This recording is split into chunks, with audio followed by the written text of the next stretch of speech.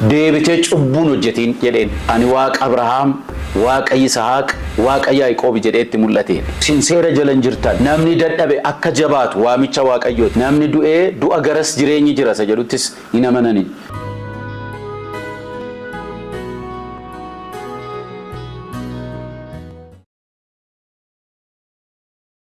Gooftaatti kan jaalatamtan araarri nagaan Waaqayyoo isiniif haa ta'u.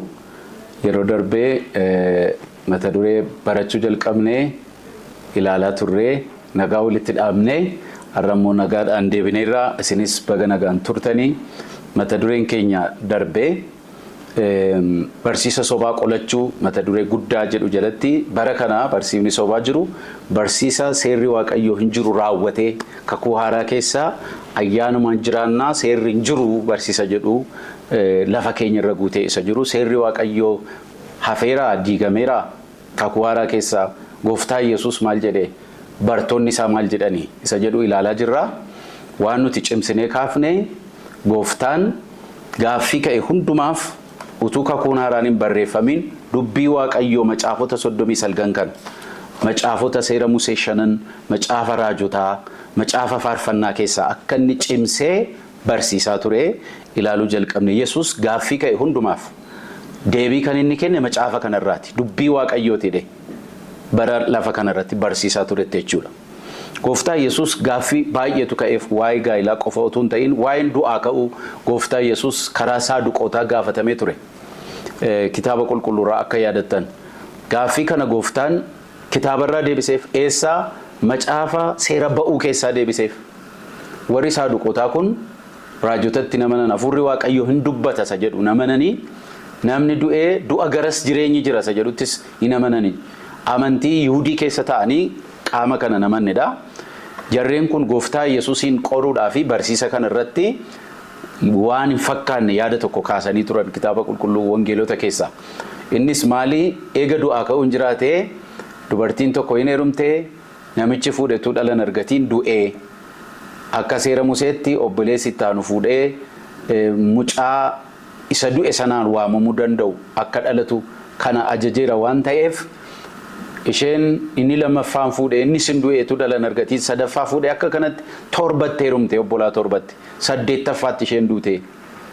Egaa mootummaa Waaqaa keessatti haadha manaa isa kamii taati erga du'aa ka'uun jira ta'ee jedhanii dubbii isaanii kun waan nama kolfisiisu gaaffii jallaadha. Haa ta'u malee Yesuus gaaffii isaan jallisanii fidan kanatti hin danqamne. Isin jedhe macaafotaa fi humna Waaqayyoo waan hin beekneef irra kaattu jedhe.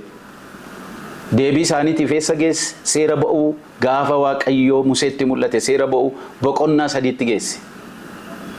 Waaqayyoo hin dubbifanne gaafa Museetti mul'ate ani waaqa Abrahaam waaqa Yisaaq waaqa Yaaqoob jedheetti mul'ate. Yeroo sana Abrahaam Yisaaq Yaaqoob lafarra fooniin hin jiran qaamaan hin jiran.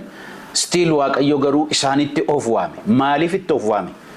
Waan Yesuus jara kanaaf kaase jarri kun jiraatoo erga hin taane gaafuma du'an sana dhumeef erga ta'e gaafuma qaama fooniin lafarraa du'an sana raawwateef erga ta'e Waaqayyo jaarraa hedduu booddee yeroo Museetti mul'atu maaliifi maqaa abbootii kanaan of waame ani waaqa Abrahaam waaqa Yisaaq waaqa Yaaqoob maaliif jedhee Waaqayyo waaqa warra jiraati malee waaqa warra du'ee baduu miti jedhe. Eessaa dubbiseef Yesuusii seera ba'uu keessaa dubbiseef. Dubbii Waaqayyoo jechuudha. Waa'ee du'aa ka'uun jiramoo hin jiru isa jedhamuuf namni gaafa du'aa ka'u akkamitti jiraata isa jedhuuf immoo jedhee Yesuus. Namoonni gaafa du'aa ka'an hin fuudhan hin heeruman akka ergamoota Waaqayyootti jiraatu jedhe. Ulfinni Waaqayyoof haa ta'u. Mootummaa Waaqayyoo keessa jireenyi bara baraa akka jiru namni dhaqee itti fufee akka jiraatu qaamaan lafarraa du'uun baddu baasa jireenya akka hin taane Yesuus jabeessee hime. Eessaa hime Yesuus as keessaa himeef. Macaafota 39 macaafota Musee keessaa dubbiseef walumaa galatti gooftaa Yesuus diigameera hin jenne dubbii Waaqayyooti jedhee irraa barsiise. Dubbii Waaqayyooti jechuu qofa miti. Kitaabni isaan qoratan jarri kun macaafota 39 kanatti namanuu warri beektonni macaafaa kun saaduqoonni fariisonni kun macaafota 39 kakuu duraa yookiin isa akka amaleeffannootti kakuu moofaa jedhamu kanatti warra amananidha. haa ta'u malee in dubbisu gara Yesuus hin dhufanii Yesuus akkana jedheen Yohannis wangeela Yohannis boqonnaa 5 lakkoofsa 39 kaasee akkas jedhe hamma 40tti akkas jedhe caafata qulqullaa keessaa jireenya bara baraa qabnaa jettanii waan yaaddaniif caaffatoota hin qortu caaffattoonni sun immoo anaaf dhugaa ba'u haa ta'u iyyuu malee jireenya akka qabaattaniif gara koo dhufuu hin barbaaddanii jarreen kuni caaffatoota isaan qoran beektuu macaafaa kan isaan jedhaman fariisota kan jedhaman macaafota 39 kanatti seriously irratti xiyyeeffatu addatti immoo macaafota Musee 5 irratti xiyyeeffatu gooftaa Yesuus macaafota kana sirriitti qorattuu jedheen macaafonni kun garuu edhe waa'ee koo dubbatu edhe gara koo immoo dhufuun barbaaddanii edhe so macaafonni kun waa'ee Kiristoos dubbatu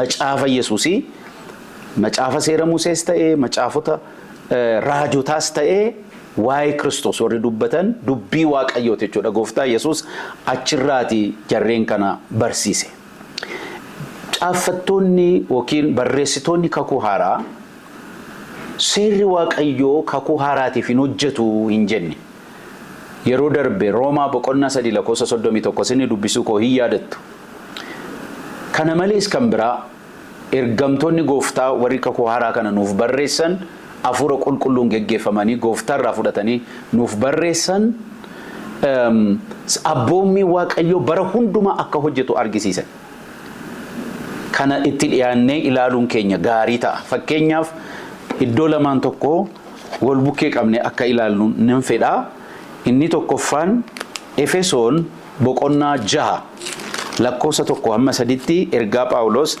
Efesooniif warra Efesooniif barreesse boqonnaa 6 lakkoofsa 1 haga 3tti mee isiniif hin dubbisaa akkaneedha ijoollee abboota keessaniif haadhota keessaniif abboomamaa kun gooftaa duratti qajeelaadha abboommin inni dura abdii wajjin kenname abbaa keetiif haadha keetiif ulfina kenni isa jedhudha abdichis gaarii akkasiif ta'utti lafarras bara dheeraa akka jiraattutti jedha amma 3tti Phaawulos eessaa fide kana akkuma hundi keenyatti walii gallu Efesoon waldaan Efesoon waldaa amantootaati ergaan kun ergaa kakuu haaraati eessaa fide barreesseef Phaawulos isa Waaqayyo saba warra jalqabaatiif Israa'eliif kenne abboommii isa duraa keessaa fudhate abboommii inni dura caafame inni jedhu eessatti caafame inni Phaawulos waraabe yookiin koot godhe kun seera ba'uu boqonnaa 20 lakkoofsa 12 irratti barreeffame Phaawulos achii fudhate jechuudha ba'uu 20:12 akka isaan amma dubbise wajjin wal bukkee qabdanii ilaaltan isin affeera Museen immoo ifama lakkoofsa 12 akka jedha biyya ani Waaqayyo gooftaan keessiif kennu keessa bara dheeraa akka jiraattutti abbaa keef haadha keef ulfina kenneedha agartanii Phaawulos Efesoon boqonnaa 6 lakkoofsa 1 haga 3tti kan barreesse asii fudhate jechuudha kun garuu originally kan inni himame yeroo Israa'el biyya boojuutii ba'ee karaarra deemaa jiru Waaqayyo abboommii inni itti fufee ittiin jiraatu biyya Waaqayyo isaaf kennu keessatti akka inni ittiin jiraatuuf abboommii inni kenneef ture Phaawulos kun kan Israa'elii isinin barbaachisu kan kakuu haaraa miti jedhee dhiisee biran darbine abboommiin dura kenname abdii of keessaa qabu isa kanaa jedhee Efesoon boqonnaa 6 irratti caqase jechuudha kanaaf ergamtoonni gooftaa warri kakuu haaraa kana nu barreessan macaafa kakuu duraa abboommii Waaqayyo hin barbaachisuudhanii dhiisanii biran darbine kanaaf barsiifni seera Waaqayyo kakuu haaraa keessa hin jiru jedhee mormuu barsiisa sobaati kan jennuuf afaan guuttannee kanaaf kutaa tokkoon isiniif dabala gooftaan kan isaan ergamtoonni isaa kan barreessan maal jedhan waa'ee abboommii Waaqayyo isa jedhu ergaa Phexros isa duraa boqonnaa 1 lakkoofsa 15-16 dubbisa eeyyaammoo fuudhe isa jedhus deebinee ilaalla akkuma ammaatti jechuudha Phexros isa duraa boqonnaa 1 lakkoofsa 15-16 akka kana jedha inni isin waame qulqulluu akkuma ta'e isinis adeemsa keessan hundumaan qulqulloota ta'a inni caaffata qulqullaa'aa keessatti ani qulqulluu waanan ta'eef isinis immoo qulqulloota ta'aa jedheera. Caafata qulqullaachuun macaafa qulqulluu dubbii Waaqayyoo kana keessatti caafameera jedha Phexros. Eessaa fudhate Phexros? Eessatti jedhe Waaqayyo? Phexros yaada haaraan finnee seera Lewwotaa boqonnaa 19 lakkoofsa 1-2tti namoota jalqaba namoota Waaqayyo warra dura Israa'el yeroo biyya Misrii ba'ee karaarra deemaa ture abboommi isa Waaqayyo saba isaatiif kenne bara kamuu akka inni hojjetu waan amanuuf isa dubbise. Innis akkana jedha. Phexros asii fudhate jechuudha. Seera Lewwotaa 19:1-2tti akkas jedha. Itti fufees Waaqayyo Museedhaan guutummaa waldaa Israa'elitti dubbadhu isaaniin Waaqayyo ani Waaqayyo gooftaan keessan qulqulluu akkuma hin ta'e isinis immoo qulqulloota ta'aa jedheedha. Ameen. Phexros asii fudhate jechuudha. Kanaaf ergamtoonni gooftaa bara kakuu haaraa kitaaba kakuu haaraa kana barreessan ergaa kana dabarsan seera Waaqayyo hin jiru hin jenne. Isa Waaqayyo akkam qulqulluu ta'e qulqulloota ta'aa jedhee Israa'elitti dubbate waldaa kakuu haaraatiif immoo ergaa Waaqayyo abboommii Waaqayyo kanaa barreessan jechuudha. Egaa seerri Waaqayyoo bara hundumaa kan hojjetu inni fedha Waaqayyoo baatu abboommii Waaqayyoo hin diigamne. Namoonni hin kaasu isin seera jala hin jirtan isin ayyaana Waaqayyo jala malee seera jala hin jirtan jedheera Phaawulos. Isa jedhu akkam malee hiikkatu. Phaawulos maal jechuu isaati? Isin seera jala hin jirtan ayyaana Waaqayyo jala jirtu jechuun isaa seerri badeera jechuu isaa miti. Bara kakuu haaraatti seera du'a nutti muru jala hin jiru. Akka isa duraa yoo ta'e namni waan balleesseef in du'aa in adabama. Du'a sana namni baachuu hin dandeenye Yesuus Kiristoos fannoo irratti du'ee gatii sana waan kaffaleef har'a namni seera tokko irra darbe hin ajjeefama kan jedhu barsiisan qabu. Isa jala hin jirtan seera du'a isinitti faradu jala hin jirtan jechuu isaati. So maal jechuudha? Kanaaf deebii kan nu kennu anama dubbisuun dhaqu wangeela Yohaannis boqonnaa 8 lakkoofsa 1 kaafnee seenaa jiru isatu hiika kenna jedheen yaada tokkoffaatti. Dubartii ejjarratti qabneedhanii warri beektonni macaafaa fariisonni gara Yesuusitti fidanii Museen namoota cubbuu akkasii hojjetan dhagaadhaan rukunnee akka ajjeefnu nu abboomeera. Ati maal jettaa jedhaniin?